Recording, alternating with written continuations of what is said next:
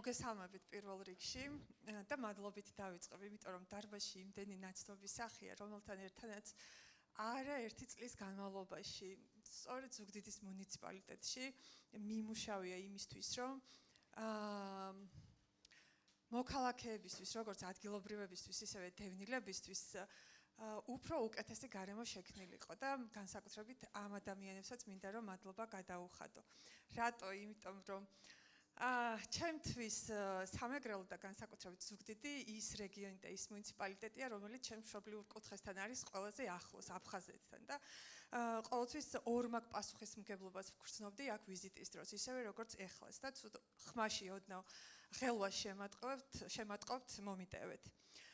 ზუგდიდი ის მუნიციპალიტეტი იყო და არის, რომელიც 30 წლის განმავლობაში დევნილებს უწევდა მასპინძლობას და მოზიარი არის, თანამოზიარი არის იმ ტკივილის, რომელიც ამ ადამიანებს ჰქონდათ. მე რო ახლა ცალკე მოგიყვეთ ადამიანის უფლებები და მათ შორის დევნილთა უფლებები, როგორ უხეშად ირღვეოდა წლების განმავლობაში ან დღეს რა მდგომარეობაშია, ალბათ ბევრ თქვენგან შეიძლება თავიც მოგაწყინოთ, მაგრამ შევეცდები რომ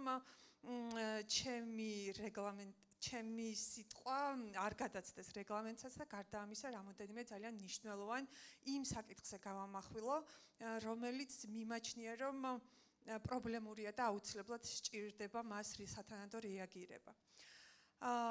მით უმეტეს მაშინ საუბარი, როდესაც ჩვენ ვიმყოფებით ზუგდიდში, როგორც ერთ-ერთ იმ ადგილას, რომელიც ესაზღვრება ჩვენს კონფლიქტურ რეგიონს ამ შემთხვევაში აფხაზეთს, ხო?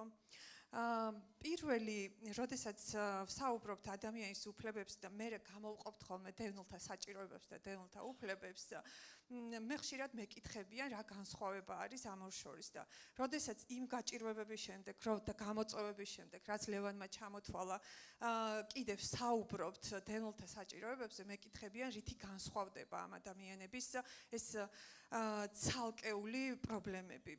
რა თქმა უნდა, მათ ბევრი საერთო აქვთ და მაშინ, როდესაც ქვეყანაში არ არის სოციალური კეთილდღეობა, არ არის უზრუნველყოფილი ეკონომიკური სიძლიერე, მაშინ, როდესაც საერთო არის მოქალაქეებშიც ნიჰილიზმი და უნდობლობა თუნდაც მმართველი ხელისუფლების მიმართ, დევნილებსაც იგივე საკითხები აწუხებთ. თუმცა, აქვე დავამატებ იმასაც, რომ ამ ადამიანებისთვის ორმაგად უფრო რთულია გამკლავება იმ გამოწვევებთან, რომელიც მათ ექმნებათ იმ პოლიტიკიდან გამომდინარე, იმ სახელმწიფო პოლიტიკიდან გამომდინარე, რომელიც ქვეყანაში შეიძლება იყოს შექმნილი.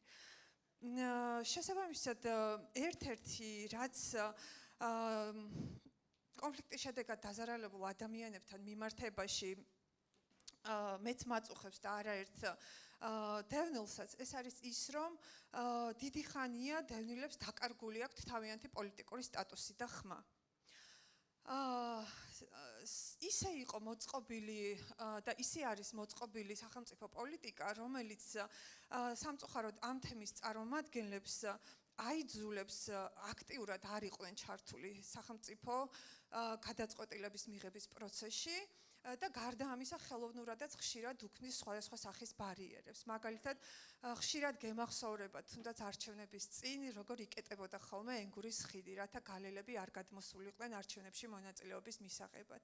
ან ასევე გაგახსენდებათ ხოლმე და გეცოდინებათ, იმიტომ რომ დევნილებსაც ხედავ ამ დარბაზში, როდესაც ის პროგრამები, რომლებიც და სიკეთეები, რომლითაც უნდა სარგებლობდნენ აღნიშნული ადამიანები, სამწუხაროდ მათი აზრის და სიტყვის თავისუფლების სამართავად არის ხოლმე გამოყენებული, რაც ასე არ უნდა იყოს. ამიტომაც თუ მომავალ საქართველოსეც და დღეს სწორედ ამისთვის შევიკრიბეთ, თუ მომავალში როგორ წარმოგვიდგენია ჩვენი ქვეყანა ვიმსჯელებთ, არის ის, რომ დევნილებს თავიანთი პოლიტიკური სტატუსი აუცილებლად უნდა დაუბრუნდეთ და პოლიტიკური პარტიებიც უნდა აქტიურად აყენებდნენ დღის წესრიგში დევნილების უფრო მეტ მონაწილეობას გადაწყვეტილების მიღების პროცესში. მეორე, რაზეც მინდა ყურადღება გავამახვილო, ეს არის ამ ადამიანების სოციალურ-ეკონომიკური კეთილდღეობის უზრუნველყოფა, რომელიც უკავშირდება პირდაპირ მათი უფლებების დაცვას და რაც უფრო მეტი ძლიერი დევნილი გვეყოლება და ამ თემის წარმომადგენელი, ეს ავტომატურად ნიშნავს იმას, რომ ჩვენ ამითი მაგალითს ვანახებთ მათ შორის ჩვენს ოკუპირებულ ტერიტორიაზე მცხოვრებ ადამიანებს თუ როგორი საქართველოს მშენებლობა გვინდა. მესამე, რასაც ასევე მოკლედ შევეხები და მე შეგვიძლია კითხვა-პასუხის რეჟიმში უფრო განვავრცოთ, ეს არის ის რომ სახელმწიფო აქტიურად უნდა მუშაობდეს ერთიანი ხედვის შემუშავებაზე ოკუპირებულ ტერიტორიებთან მიმართებაში, რომელიც დღეს პრინციპში არ აქვს და არ გქონია კარგა ხანია.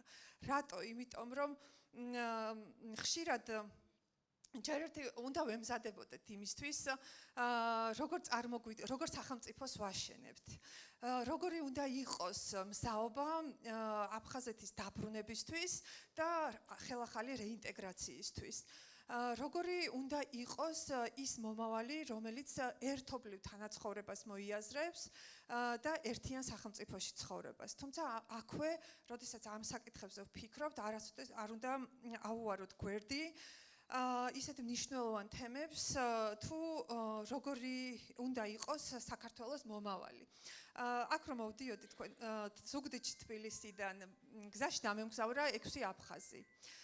ოღონდ არა ის აფხაზები, რომლებსაც ჩვენ ვუწოდებთ ხოლმე, არამედ აი ნამდვილი აფხაზები, რომლებიც ინარჩუნებდნენ მათ შორის თავიანთ ენას, კულტურას და აფხაზურად საუბრობდნენ გზაში და როდესაც მათ გამოვესაუბრე და ვკითხე როგორი იყო მათი თვალით დანახული საქართველო,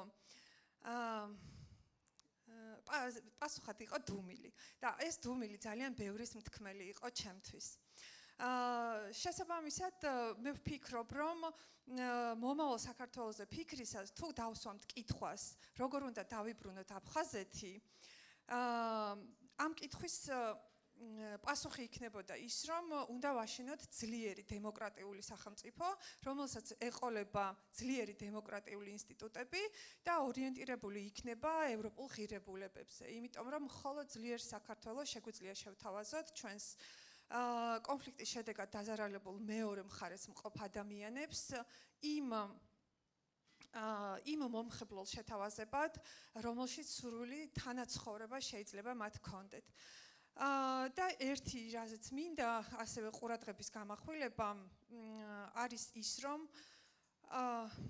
სამწუხაროდ კონფლიქტების ტრანსფორმაცია, კონფლიქტის შედეგად დაზარალებული ადამიანის უფლებების დაცვა ბოლო წლების განმავლობაში დღის წესრიგიდან თითქმის იყო გამქრალი. რაც სამწუხაროდ იყო იმ ნარატივის აქტიურად განვითარების ხელშემწყობი ფაქტორიც, როდესაც მოქალაქეების დაშინებას ომით ცდილობდნენ.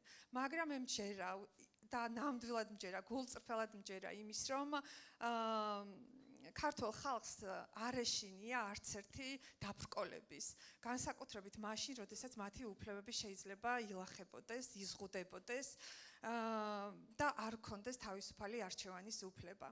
სიტყვის დასასრულს კი ვისურვებდი, რომ ძალიან მალე ფორუმი, რომელიც საქართველოს გულისთვის დღეს სამეგრელოში აჯამებს თავის საქმიანობას, ძალიან მალე მისი მასპინძელი ყოფილიყოს ასევე ჩემი მშობლიური კუთხეც. ყოფილიყოს ერთიან, მშვიდობიან და ძლიერ საქართველოში. მადლობა.